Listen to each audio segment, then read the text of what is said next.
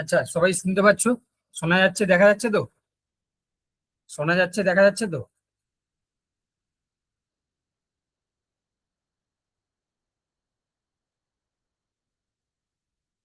আচ্ছা, আজকে কোনো সমস্যা হয়নি তোমাদের, তাই তো?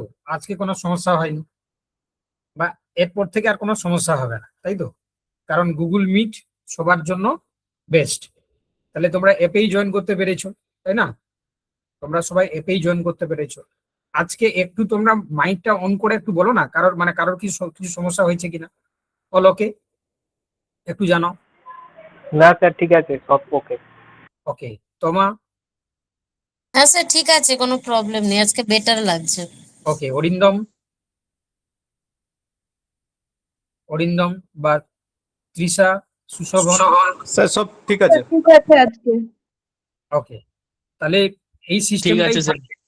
এবং এটা ভালো আর কি, মানে সবার জন্য সুবিধা, ক্লাস নিতেও সুবিধা এবং ভালো। তো এই জন্য হচ্ছে কি, মানে অন্যান্য অ্যাপে করলে হচ্ছে কি হয়, স্টুডেন্ট ইন্টারাকশনটা ঠিক মতন করে হয় না। তো আমি দেখলাম হচ্ছে কি, গুগল মিট অ্যাপ সবার জন্য ভালো। চলো, আমরা বেশি কথা বাড়াবো না, আমরা সরাসরি ক্লাসে চলে যাব। তো আজকে তোমাদের ক্লাসে দেখো, আমরা 50টি বাছাই করা কোশ্চেন রেখেছি, যেগুলো মূলত হচ্ছে কি পরীক্ষার জন্য খুব ইম্পর্টেন্ট। ফার্স্ট কোশ্চেন আমি রেখেছি, দেখো, যে কোন বছরে ইন্ডিয়ান অ্যাসোসিয়েশন ইন্ডিয়ান ন্যাশনাল কংগ্রেসের সাথে একীভূত হয়েছিল। একীভূত মানে হচ্ছে কি একসাথে যুক্ত হয়েছিল আর কি। ঠিক আছে, তাহলে কি হবে বলো? একদম তোমরা কমেন্টে জানো।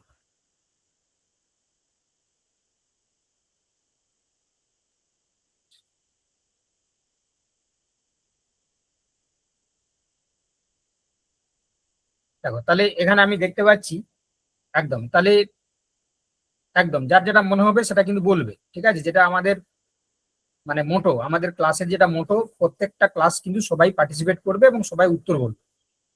তো দেখো এখানে, যেহেতু হচ্ছে কি, দেখো আমরা বুঝতেই পেরে গেছি যে অপশন সি 1886, এবং তার সাথে তোমরা যে ইনফরমেশন গুলো মনে রাখবে সেগুলো আমি বর্ণনা করে দিয়েছি, ভালো করে দেখে নাও। যে 1876 সালে সুরেন্দ্রনাথ বন্দ্যোপাধ্যায় এবং আনন্দমোহন বসু কলকাতার ইন্ডিয়ান অ্যাসোসিয়েশন প্রতিষ্ঠা করেন। এটি ছিল ব্রিটিশ ভারতের প্রথম স্বীকৃত জাতীয়তাবাদী সংগঠন। ভালো করে শুনবে, আমি প্রত্যেকটা জিনিস কিন্তু লিখে দিয়েছি এখানে, তাই না? এক্সাম ফোকাস পয়েন্টের জন্য বিশেষ বিশেষ তথ্যগুলোকে আমি লিখে দিয়েছি। এটা কিন্তু তোমরা মানে অন্য কোথাও পাবে না, ভালো করে শুনে নাও। আচ্ছা, এবার একত্রিতকরণ দেখো, 1886 সালে কলকাতায় অনুষ্ঠিত জাতীয় কংগ্রেস। তো এটা হচ্ছে তোমার দ্বিতীয় অধিবেশনে দাদাভাই নৌরোজি ছিলেন সভাপতি। এটি কংগ্রেসের সাথে যুক্ত হয়, ঠিক আছে? এই ইন্ডিয়ান অ্যাসোসিয়েশন, যেটা ন্যাশনাল ইন্ডিয়ান ন্যাশনাল কংগ্রেসের সাথে যুক্ত হয়ে যায়। এবারে লন্ডনে ইস্ট ইন্ডিয়া অ্যাসোসিয়েশন 1866 সালে প্রতিষ্ঠা করেন দাদাভাই নৌরোজি, ঠিক আছে? তাহলে লন্ডনে হচ্ছে ইস্ট ইন্ডিয়া অ্যাসোসিয়েশন, তোমার দাদাভাই নৌরোজি 1866 সালে এটাকে প্রতিষ্ঠা করেছিলেন। যেহেতু আমাদেরকে দিয়েছে যে কত সালে হচ্ছে, কোন বছরে অ্যাসোসিয়েশনটার সাথে, ইন্ডিয়ান অ্যাসোসিয়েশনের সাথে হচ্ছে কি তোমার ইন্ডিয়ান ন্যাশনাল কংগ্রেস একত্রিত হয়েছে, তাহলে সেই জন্য আমরা উত্তর করব কি না, তোমার হচ্ছে কি অপশন সি এরটা। ক্লিয়ার? সবাই বুঝতে পারলে? সবাই বুঝতে পারছো তো? ওকে, অল ক্লিয়ার। চলো নেক্সট। এবার দেখো কোশ্চেন নাম্বার 2। বিখ্যাত জাতীয়তাবাদী সংবাদপত্র সন্ধ্যা এর সম্পাদক কে ছিলেন, তাই না? তাহলে এখানে হচ্ছে কি, বিখ্যাত যে জাতীয়তাবাদী তোমার হচ্ছে সংবাদপত্র সন্ধ্যা, এর হচ্ছে কি তোমার সম্পাদক কে ছিলেন, দেখি কে বলতে পারো।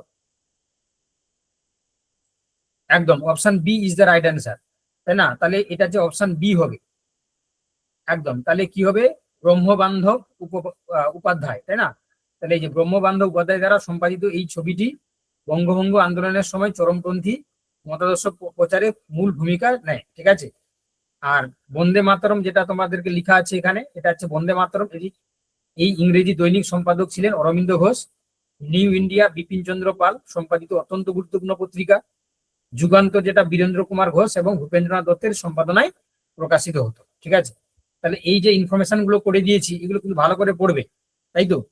পড়বে তো? দেখো, বেশি কিছু আমি কিন্তু লিখিনি, খুব সংক্ষেপে ভালো করে দিয়েছি।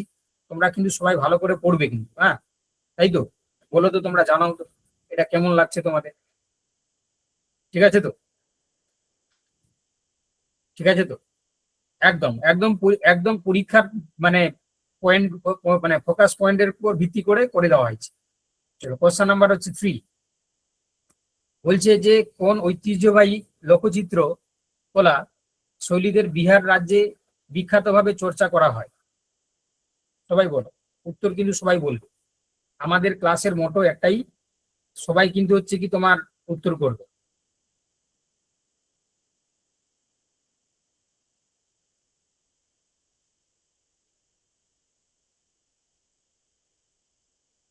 সবাই উত্তর করবে।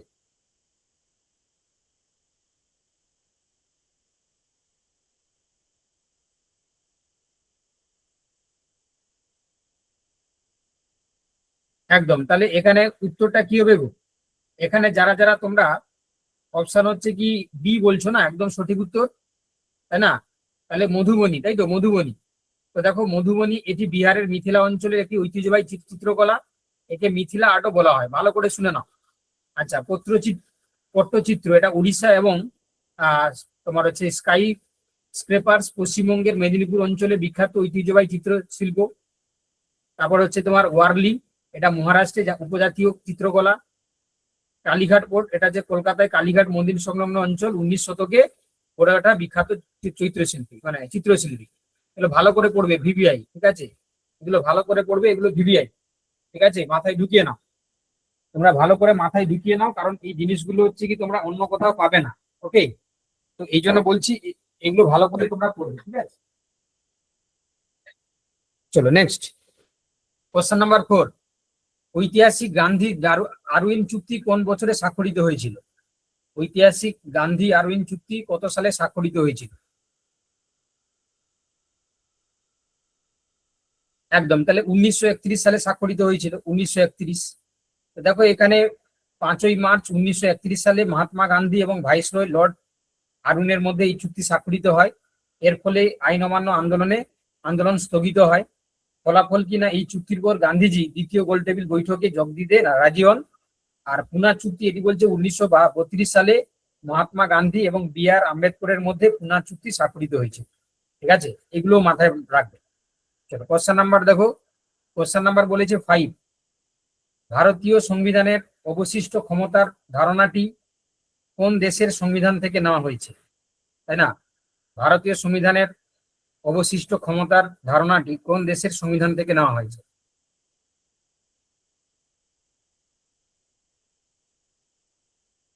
একদম, তাহলে উত্তর কি হবে গো?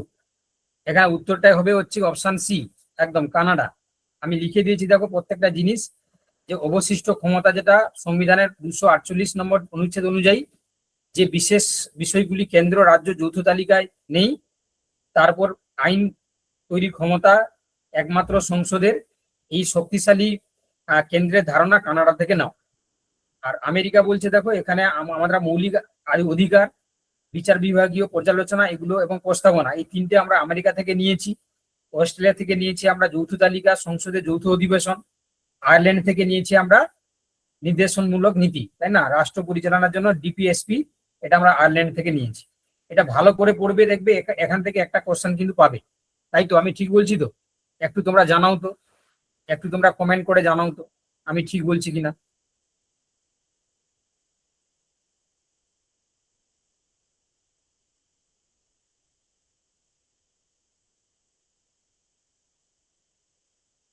ওকে, তাহলে এই জায়গা থেকে একটা কিন্তু কোশ্চেন থাকে প্রতিবারেই, আমি দেখেছি প্রত্যেকটা ক্ষেত্রে হচ্ছে কি পিএসসি যে কোনো পরীক্ষার ক্ষেত্রে একটা কোশ্চেন কিন্তু থাকে।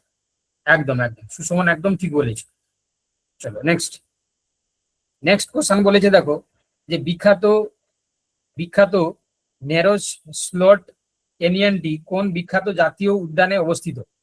বিখ্যাত নেরোজ স্লট ক্যানিয়নটি কোন বিখ্যাত জাতীয় উদ্যানে অবস্থিত?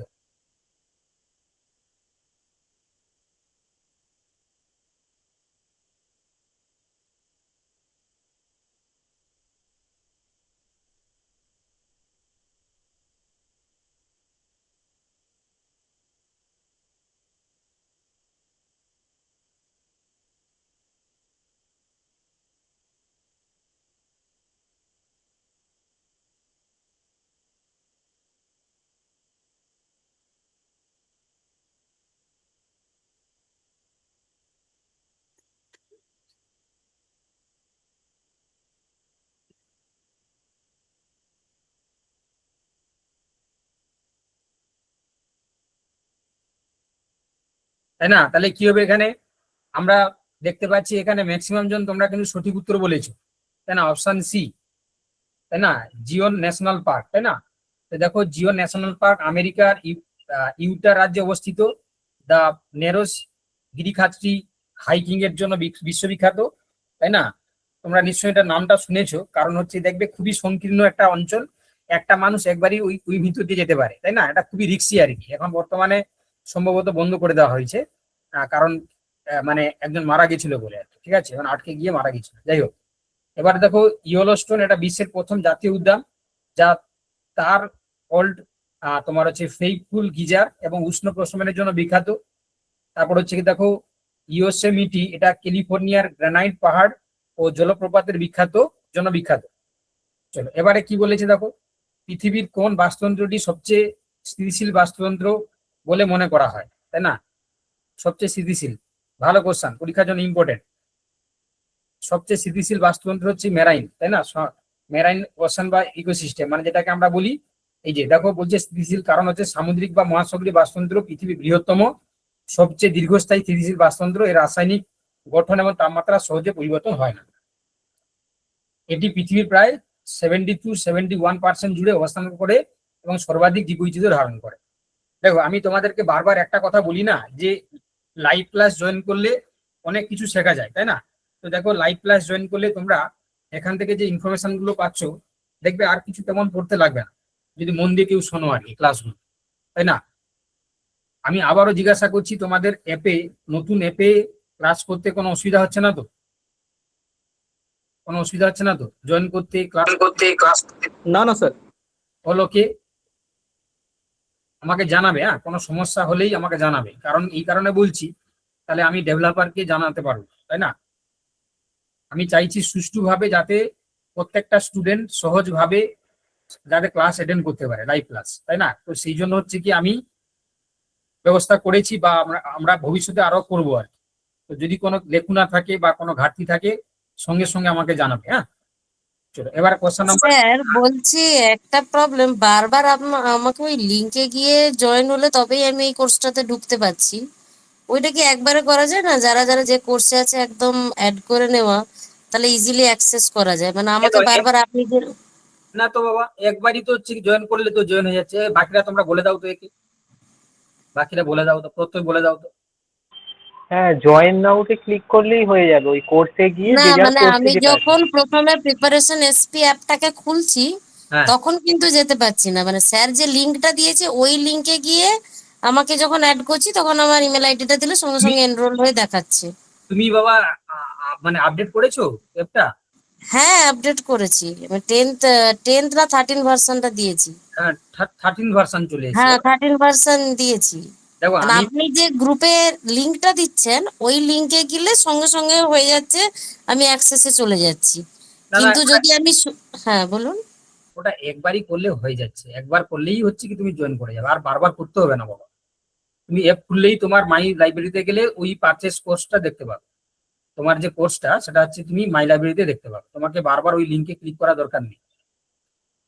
বুঝতে পেরেছো? তোমার মোবাইল, তাহলে আমি তো ব্যাপারটা বুঝতে পারছি না, আমাকে তোমার আরেকবার। মোবাইলটা কি পুরোনো মোবাইল? হ্যাঁ হ্যাঁ। পুরোনো না নতুন? না না, নতুনই। মানে নতুন মানে 5 বছর আগের। না, এরকম হওয়ার কথা না তো। আচ্ছা, বাকিদের ক্ষেত্রে কি এরকম হচ্ছে বলো দেখি? না স্যার, ঠিকই তো আছে, আমি তো করলাম যে অ্যাপ থেকেই করলাম, মাই কোর্সে গিয়ে যেমন হয় নর্মাল করলাম সেরকমই হয়েছে, ঠিকঠাকই আছে। আমি যখন মাই কোর্সে আমি যখন যাচ্ছি, আমাকে অপশন গুলো দেখাচ্ছে। আমি যখন ওইটাতে ক্লিক করছি, বারবার এনরোল দেখাচ্ছে। আর এনরোলটা আমি ক্লিক করছি, কিছুতেই আর নিচ্ছে না। না তাহলে কেন আমি জানি না। এনরোলডে ক্লিক করবেন না আপনি, এনরোল দেখাচ্ছে কারণ হচ্ছে আপনি ওই কোর্সে জয়েন হয়ে আছেন। এনরোলডে ক্লিক করবেন না, কোর্সটায় দেখবেন ওপরে যে আইকন গুলো আছে, নোটস, ভিডিওস, মক টেস্ট, ওই রকম ভাবে দেখবেন একদম লাস্টে লাইভ ক্লাস আছে। সেখানে গিয়ে যখন লাইভ ক্লাসটায় ক্লিক করবেন, দেখবেন জয়েন নাও বা জয়েন ফ্রি বলে আছে। সেই জয়েন ফ্রিটা যে লিঙ্কটা, সেখানে গিয়ে ক্লিক করবেন, দেখবেন অটোমেটিক না আপনার না, আমি বলছি জিমেলে ওটা চলে তো যাবে। আমি এইভাবে পেলাম। আমি ওই লিংকে গিয়ে ওই কোর্সের ভেতরে, মানে আমি যখন ধরুন প্রিপারেশন এসপি অ্যাপসটাতে ঢুকে যাচ্ছি, যাওয়ার পরে আমি মাই কোর্স অ্যাপে যাচ্ছি, মাই কোর্স অ্যাপে যাওয়ার পর যখন আমি আমার আমার কোর্সটাতে আমি করছি, বারবার পেড মানে টাকাটা চাইছে, এনরোল করতে বলছে। আমি কিছুতেই আর ওখানে কোনো অপশনেই আমার আসছে না। আমি জানি না, আমি আবার একবার তো চেক করব, দেখছি। ঠিক আছে, দেখ, কারণ প্রবলেম হওয়ার কথা নয়, কারণ আমি হচ্ছে 5টা ডিভাইসে টোটাল হচ্ছে কি অ্যাক্টিভ করে রেখেছি, একটাও ডিভাইসে কোনো লেখুনা হচ্ছে না। এবারে তাও আমি ফিডব্যাক নিলাম এই কারণে, কারণ তোমাদের দিক থেকে কোনো সমস্যা হচ্ছে কিনা। চলো এবারে দেখো নেক্সট। এবার বলছে ওই যে বাংলার ইয়ং বেঙ্গল আহ আন্দোলনের জনক কাকে বলা হয়, তাই না?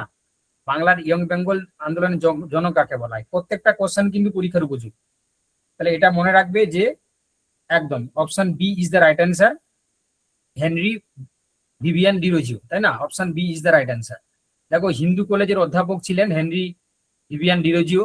তার অনুগামীদের বলা হয় ডিরোজিয়ান বা ইয়ং বেঙ্গল বলা হতো। তারা যুক্তিবাদ এবং প্রগতিশীল চিন্তাধারার প্রসার ঘটিয়েছিলেন।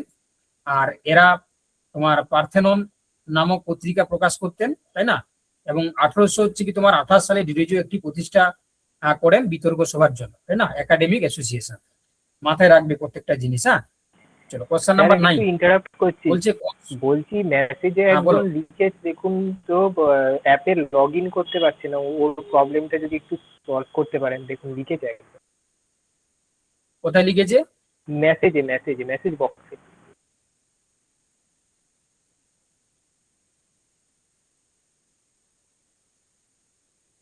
আমি কৌশিক বলছি, আমার অ্যাপটা লগ ইন হচ্ছে না, লিঙ্কে গিয়ে হচ্ছে।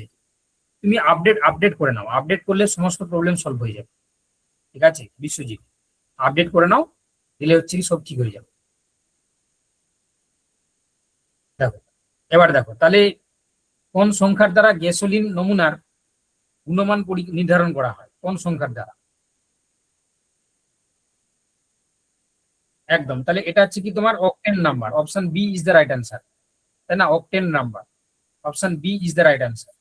চলো এবার দেখো অক্টেন নম্বরটা কি না, পেট্রোলের দহন ক্ষমতা ও এন্টি নকিং গুণমান মাপার জন্য অক্টেন নাম্বার ব্যবহার করা হয়।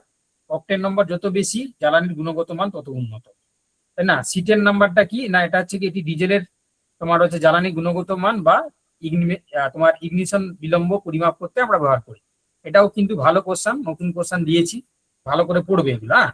আচ্ছা, আমি একটা কথা তোমাদেরকে বলছি, মাথায় ঢুকিয়ে নাও। প্রিপারেশন এসপি একাডেমি এই যে জিনিসগুলো দিচ্ছে, এগুলো কিন্তু সব মানে প্রিমিয়াম লেভেলের কোশ্চেন আর কি, ঠিক আছে?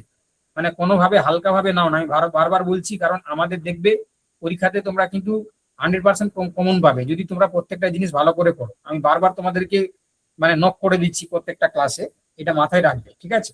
চলো দেখো, নালে পরে পস্তাবে।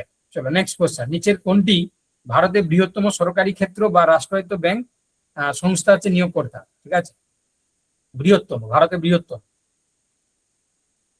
একদম। তাহলে এটা হচ্ছে ইন্ডিয়ান রেলওয়ে, আমাদের যে ইন্ডিয়ান রেলওয়ে রয়েছে না, রেল ব্যবস্থা। দেখো, ভারতীয় রেল হলো ভারতের বৃহত্তম এবং বিশ্বের বৃহত্তম হচ্ছে তোমার বাণিজ্যিক নিয়োগকর্তা। লর্ড ডালহৌসির আমলে 16 এপ্রিল 1853 সালে বোম্বে থেকে থানের মধ্যে ভারতের প্রথম ট্রেন চলেছিল। আচ্ছা, তোমাদের একটু ফিডব্যাক নিই, তোমাদের এই যে কোশ্চেন গুলো কেমন মনে হচ্ছে বল?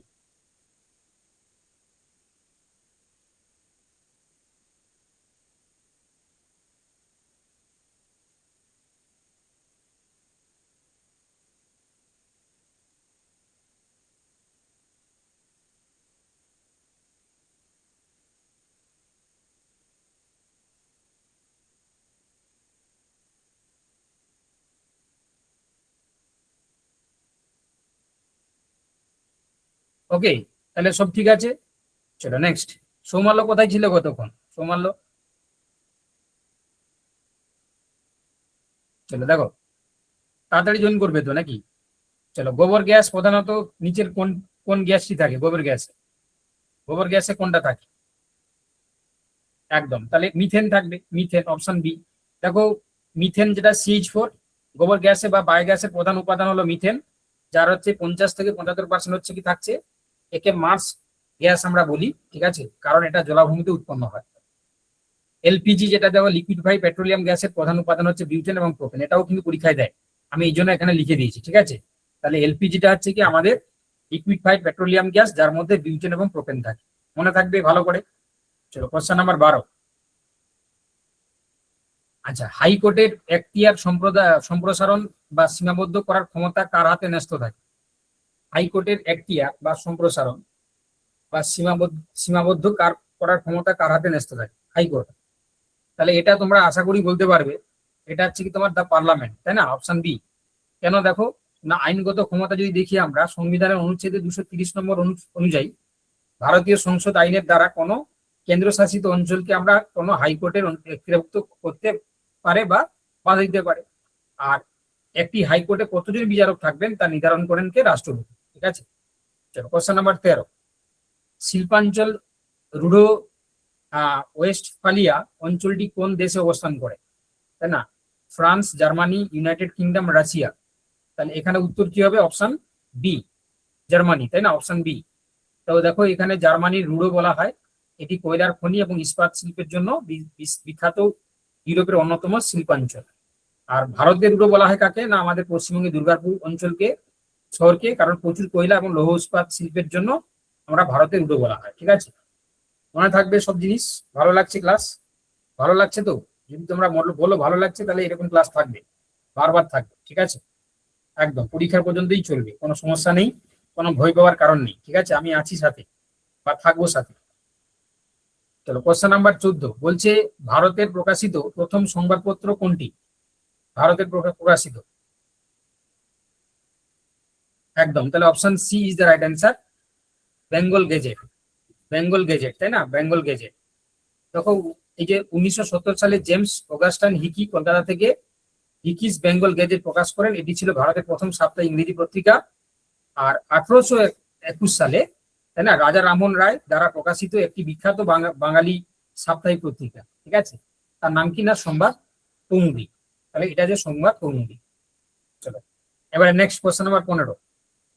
গবাদি পশুর খুরা রোগ বা ফুট অ্যান্ড মাউথ রোগটি নিচের কোন জীবাণুর কারণে ঘটে?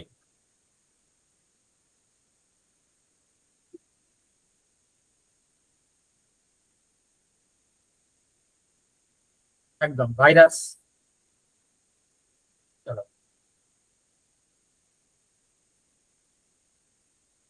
দেখো এটি, এই যে তোমার দেখো অ্যান্থোভাইরাস নামক ভাইরাসের কারণে গরু, ঘোড়া, মানে গরু, ভেড়া, ছাগল, মানে খুরযুক্ত যে পশুগুলোর মধ্যে ছড়ায়। এটি হচ্ছে কি অন্যান্য সংক্রামক। অ্যানথ্রাক্স হলো একটি মারাত্মক ব্যাকটেরিয়া ঘটিত পশু রোগ। ঠিক আছে, মাথায় মাথায় রাখবেন। চলো, আচ্ছা, ক্রিপস মিশনের প্রস্তাবগুলিকে কে ভেঙে পড়া ব্যাংকের ওপর আগাম তারিখের চেক বলে মন্তব্য করেছিলেন?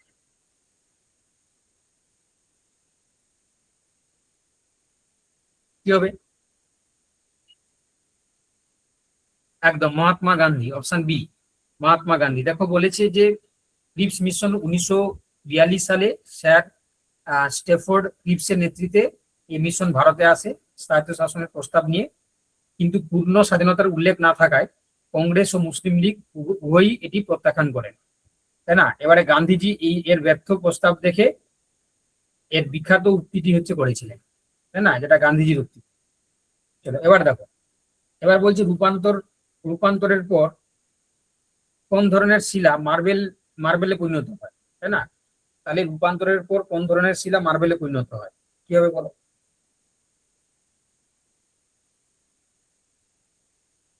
একদম লাইমস্টোন, তাই না? একদম, তাহলে পাললিক শিলা বা চুনা পাথর, যেটা চুনা পাথর, তাই না? চুনা পাথর। তো এটা কি হচ্ছে দেখো, মার্বেলে পরিণত হয়েছে। আচ্ছা, কেউ একটা নিচেরটা পড়ো তো, এটা এই ইনফরমেশন গুলো একটু পড়ে দাও, প্রত্যেক পড়ে দাও। এক্সাম ফোকাস পয়েন্টে লেখা আছে চুনাপাথর থেকে মার্বেল। পাললিক শিলা চুনাপাথর অর্থাৎ লাইমস্টোন যেটা অত্যধিক তাপ ও চাপে রূপান্তরিত হয়ে মার্বেল পাথরে পরিণত হয়। গ্রানাইট থেকে নিচ, আগ্নেয়শিলার গ্রানাইট পরিবর্তিত হয়ে নিচে পরিণত হয়। আর বেলে পাথর থেকে কোয়ার্টজাইট, বেলে পাথর অর্থাৎ স্যান্ডস্টোন রূপান্তরিত হয়ে কোয়ার্টজাইটে গঠন করে। একদম, চলো নেক্সট। দেখো এগুলো মনে রাখবে, হ্যাঁ, এগুলো প্রত্যেকটা কিন্তু ইম্পর্টেন্ট। আচ্ছা, বলেছে মৃগী রোগ এপিলেপসি এর ওষুধ নিচের কোনটি থেকে পাওয়া যায়?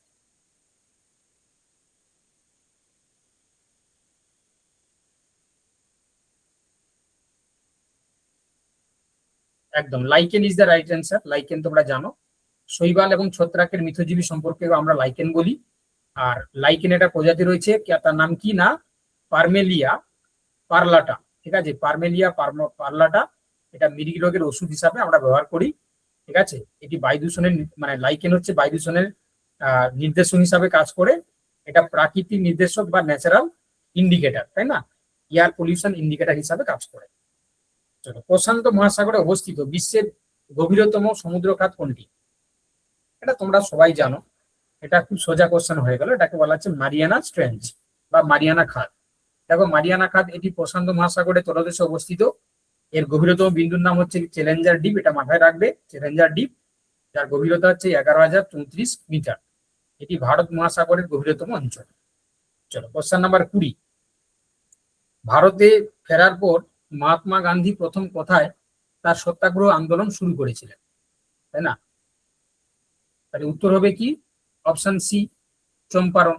Option C is the right answer, Champaran.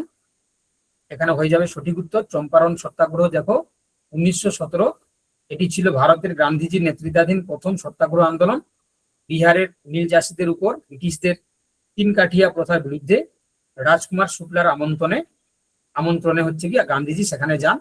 আর আহমেদাবাদ মিল ধর্মঘট, যেটা গান্ধীজির প্রথম হচ্ছে কি তোমার অনশন আন্দোলন। দিতে পারে যে গান্ধীজির প্রথম স্ট্রাইক হাঙ্গার কোনটা ছিল, তাহলে মনে রাখবে আহমেদাবাদ মিল ধর্মঘট। আর খেদা সত্যাগ্রহ হচ্ছে কি গান্ধীজি প্রথম অহিংস অসহযোগ আন্দোলন। ঠিক আছে, সেটা হচ্ছে খেদা সত্যাগ্রহ, যেটা হয়েছিল 1918। আচ্ছা, এবার বলে যে ভারতের সংবিধানের কোন অনুচ্ছেদ ভারতকে হচ্ছে দেখো রাজ্য সমূহের ইউনিয়ন হিসাবে গণনা করে? ঠিক আছে, তাহলে ভারতীয় সংবিধানের কোন অনুচ্ছেদ ভারতকে রাজ্য সমূহের ইউনিয়ন হিসাবে গণনা করে?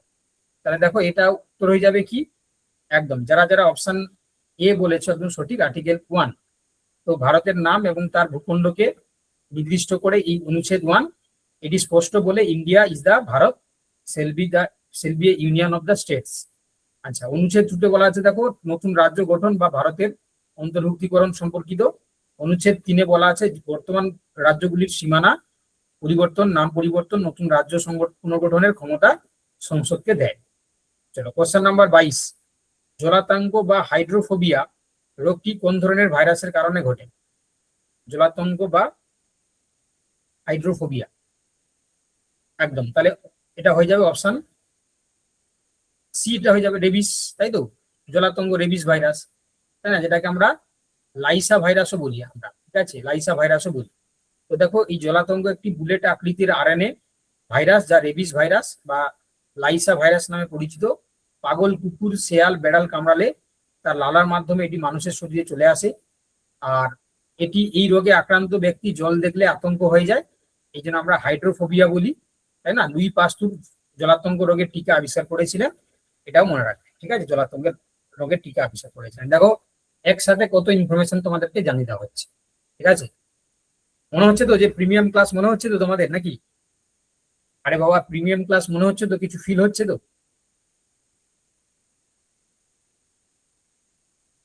একদম, মানে এবার থেকে যা যা পাবে তোমরা সব প্রিমিয়াম কোয়ালিটি পাবে। ঠিক আছে, এবার থেকে যা যা পাবে সব প্রিমিয়াম কোয়ালিটি পাবে। চলো দেখো, ভারতের প্রধান নির্বাচন কমিশনার কে কে কে নিযুক্ত করেন, মানে নির্বাচন কমিশনারকে কে নিযুক্ত করেন? তো দেখো, প্রধান নির্বাচন কমিশনারকে আমরা মূলত হচ্ছে কি জানো তোমরা, দ্য প্রেসিডেন্ট অফ ইন্ডিয়া, তাই না? দ্য প্রেসিডেন্ট অফ ইন্ডিয়া, অর্থাৎ আমাদের যে তোমার হচ্ছে কি একদম, তাহলে আমাদের হচ্ছে কি তোমার প্রেসিডেন্ট অফ ইন্ডিয়া, রাষ্ট্রপতি, তিনি হচ্ছে কি নির্বাচন করেন। দেখো, সংবিধানের 300 তোমার হচ্ছে কি 24 নম্বর অনুচ্ছেদ অনুযায়ী ভারতের নির্বাচন কমিশন গঠিত হয়। প্রধান নির্বাচন কমিশনার এবং অন্য 2 নির্বাচন কমিশনারকে রাষ্ট্রপতি নিযুক্ত করেন। আর এদের হচ্ছে কার্যকালের মেয়াদ হচ্ছে 6 বছর বা 65 বছর পর্যন্ত এরা কাজ করতে পারবে। ঠিক আছে, চলো দেখো নেক্সট। এবার বলেছে দেখো, ইউনিয়ন পাবলিক সার্ভিস, যেটাকে ইউপিএসসি আমরা বলি, এর সদস্যরা সর্বোচ্চ কত বছর বয়স পর্যন্ত পদে বহাল থাকতে পারে, তাই না? ইউনিয়ন পাবলিক সার্ভিস, তাহলে কি হবে এটা? এটা 65 বছর বয়স হবে। মনে রাখবে যে সংবিধানের হচ্ছে কি তোমার 14 নম্বর এর 315 এবং 323 নম্বর অনুচ্ছেদে ইপিএসসি এবং রাজ্য পিএসসি এর কথা বলা হয়েছে, তাই না? আচ্ছা, এবার ইপিএসসি চেয়ারম্যান এবং সদস্যদের মেয়াদ 6 বছর বা 65 বছর বয়স পর্যন্ত আমরা দেখতে পাই। আর স্টেট পিএসসি, যেটা আমাদের ধরো ওয়েস্ট বেঙ্গল পিএসসি, এটা রাজ্য পাবলিক সার্ভিস কমিশনের সদস্য পদের আর অবসরের বয়স হচ্ছে 62 বছর। ঠিক আছে, চলো কোশ্চেন নাম্বার হচ্ছে 25। বাণিজ্যের উদ্দেশ্যে ভারতে আসা প্রথম ইংরেজি জাহাজটির নাম কি ছিল? বাণিজ্যের উদ্দেশ্যে,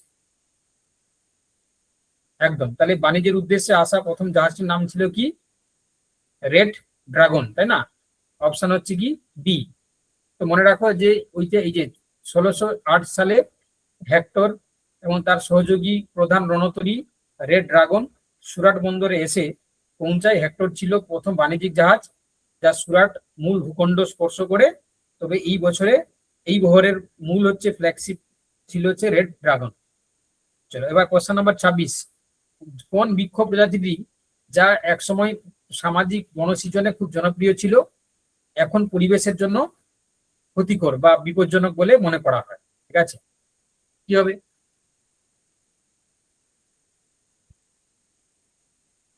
এটা ইউক্যালিপটাস। হ্যাঁ, ইউক্যালিপটাস, যারা বায়োলজিক্যাল সায়েন্স তোমরা জানো, তো ইউক্যালিপটাস দেখো দ্রুত বৃদ্ধির কারণে একদা সামাজিক বনসৃজনে আমরা ব্যাপকভাবে ব্যবহার করেছিলাম, কিন্তু পরে জানা গেল এই বেটা কি করছে দেখো, ভূগর্ভস্থ জলগুলোকে শোষণ করে নেয়, মাটির উর্বরতাকে কমিয়ে নেয়।